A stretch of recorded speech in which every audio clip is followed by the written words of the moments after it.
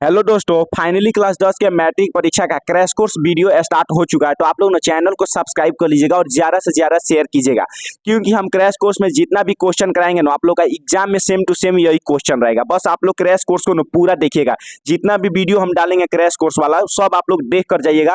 और सभी सब्जेक्ट का क्रैश कोर्स हम कराएंगे, साइंस, संस्कृत, सोशल साइंस और हिंदी और मैथ का। तो आप लोग ना पूरा वीडियो को देख कर जाइएगा और आप लोग का एग्जाम में नो एक भी क्वेश्चन मतलब इससे बाहर नहीं रहेगा। जितना भी क्वेश्चन रहेगा ना, सब यहीं से रहेगा। तो देखिए, साइंस का आज हम करा रहे हैं। तो साइंस का पहला क्वेश्चन है ना, संतुलित रासायनिक समीकरण क्या है। संतुलित रासायनिक समीकरण क्या है?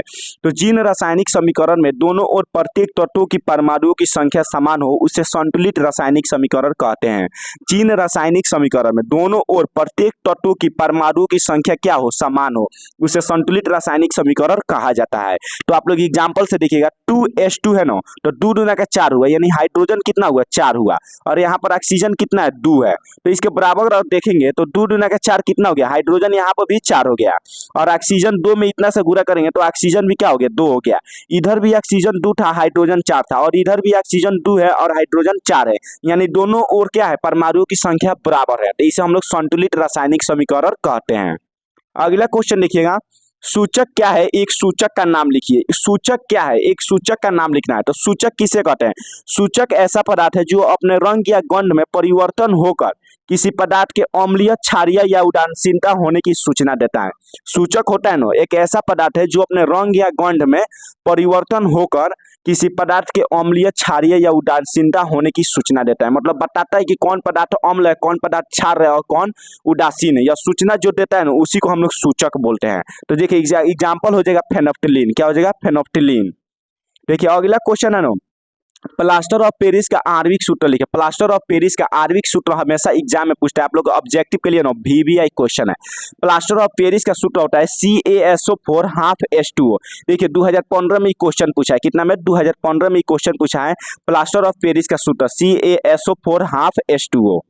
अगला क्वेश्चन देखिए, चींटी के डंक में कौन सा अम्ल पाया जाता है? जो चींटी का डंक होता है ना, जैसे हम लोग बोलते हैं चींटी काटती, तो उसके जो डंकुआ होता है ना, उसमें कौन सा अम्ल पाया जाता है? तो उसमें फॉर्मिक अम्ल पाया जाता है। कौन सा अम्ल? फॉर्मिक अम्ल पाया जाता है। यह भी 2015 में क्वेश्चन पूछा है। अगला क्वेश्चन देखिएगा, संयोजन अभिक्रिया क्या है? संयोजन अभिक्रिया क्या है? तो संयोजन अभिक्रिया आप लोग समझिएगा, जब दो या दो से अधिक पदार्थ संयोग करके एक नए पदार्थ का निर्माण करता है तो उसे संयोजन अभिक्रिया करते हैं। कोई भी दो पदार्थ मिलकर एक नया पदार्थ का निर्माण कर देना, उसे हम लोग संयोजन अभिक्रिया कहते हैं। जैसे देखिएगा, H2 + O2, H2 + O2 मिलकर 2H2O बना रहा है, यानी एक नया पदार्थ का निर्माण कर रहा है। तो इसे हम लोग संयोजन अभिक्रिया कहते हैं। अगला क्वेश्चन देखिए, ऊष्माक्षेपी रासायनिक अभिक्रिया क्या है? ऊष्माक्षेपी रासायनिक अभिक्रिया क्या है? तो वैसी रासायनिक अभिक्रिया जिसमें उत्पाद के साथ साथ ऊष्मा का उत्सर्जन होता है, उसे ऊष्माक्षेपी अभिक्रिया कहते हैं। जिसमें न उत्पाद यानी बनावट जो बनता है ना, जो क्रिया करके, जो रासायनिक क्रिया करके जो यौगिक बनता है, उसके साथ साथ क्या करता है, ऊष्मा भी निकले ना, उसे ऊष्माक्षेपी अभिक्रिया कहते हैं। वैसी रासायनिक अभिक्रिया जिसमें उत्पाद यानी उत्पाद को हम लोग प्रोडक्ट बोलते हैं, उत्पाद के साथ साथ ऊष्मा का उत्सर्जन होता है, उसे ऊष्माक्षेपी अभिक्रिया कहते हैं। जैसे CaO हो गया और H2O हो गया, यानी कैल्शियम ऑक्साइड और जल हो गया।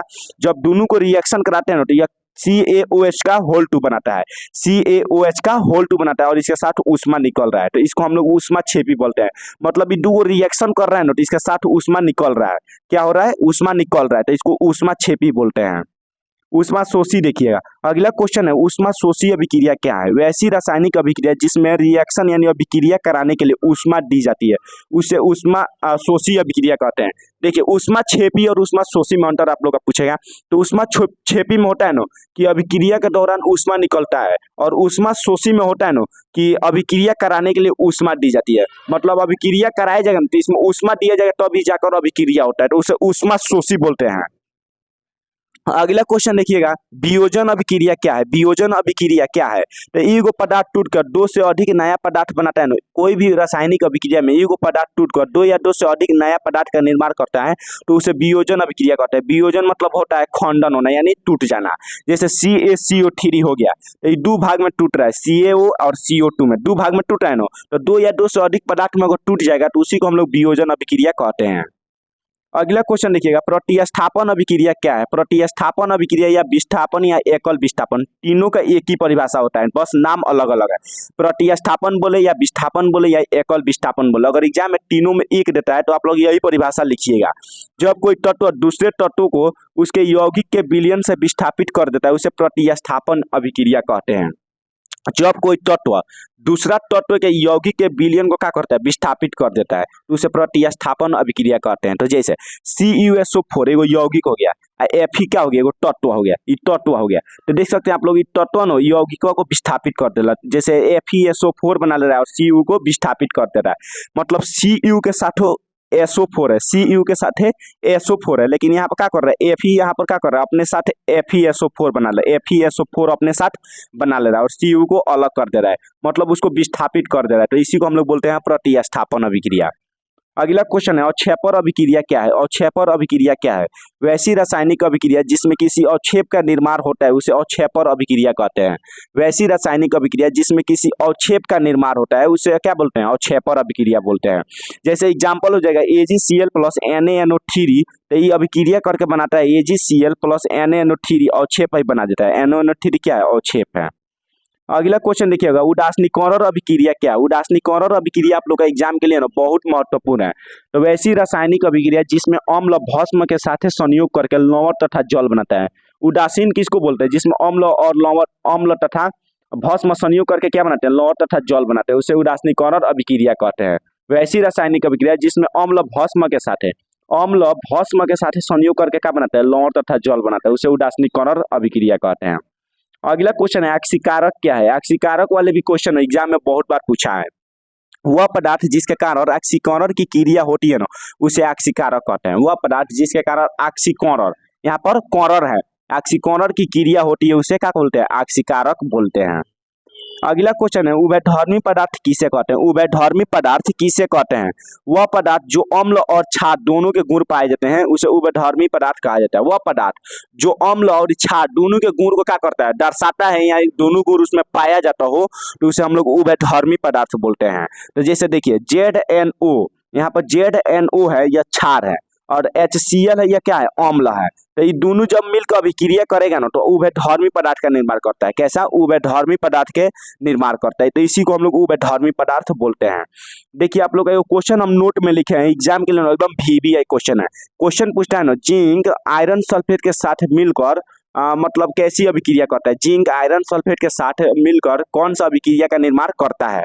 देखिए जिंक होता है ना, यहाँ पर Fe हम लोग यहाँ पर गोला में देख रहे हैं Fe, तो जिंक क्या करता है, Fe को विस्थापित कर देता है। क्या करता है, Fe को विस्थापित कर देता है।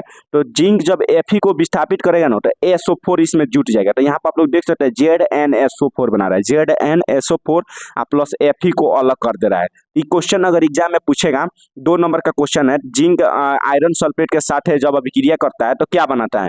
तो जिंक आयरन सल्फेट के साथ जब अभिक्रिया करता है तो जिंक सल्फेट बना लेता है और लोहा को विस्थापित कर देता है। आप लोग एग्जाम्पल को दर्शा दीजिएगा वहां पर। अगला क्वेश्चन है, ज्वलन ताप क्या है। ज्वलन ताप क्या है, तो ज्वलन ताप न जिस ताप पर कोई पदार्थ जलना शुरू करता है उसे ज्वलन ताप कहते हैं। जिस ताप पर कोई भी पदार्थ जलना शुरू करते हैं उसे हम लोग ज्वलन ताप बोलते हैं। अगला क्वेश्चन देखिएगा, दहन के लिए शर्त लिखना है। दहन के लिए शर्त मतलब दहन मतलब कोई पदार्थ जलता है उसके लिए क्या क्या शर्त होना चाहिए। पहला शर्त की दहनशील पदार्थ होना चाहिए। दहनशील पदार्थ जैसे लकड़ी हो गया तो लकड़ी को हम लोग जला सकते हैं तो वह दहनशील पदार्थ है। दूसरा, दहनशील पोषक पदार्थों की उपस्थिति होना चाहिए। दहनशील पोषक पदार्थ जैसे ऑक्सीजन, ऑक्सीजन के बिना कोई वस्तु नहीं जल सकता है, तो ऑक्सीजन की उपस्थिति अनिवार्य है।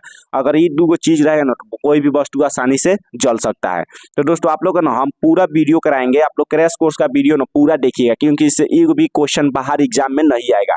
और ना वीडियो को ज्यादा से ज्यादा शेयर कर दीजिएगा अपने दोस्तों के पास, क्योंकि उन लोग का भी एग्जाम 2024 में ही होगा, तो उन लोग का भी वीडियो मतलब देख ले तो कोई भी क्वेश्चन छूटे ना।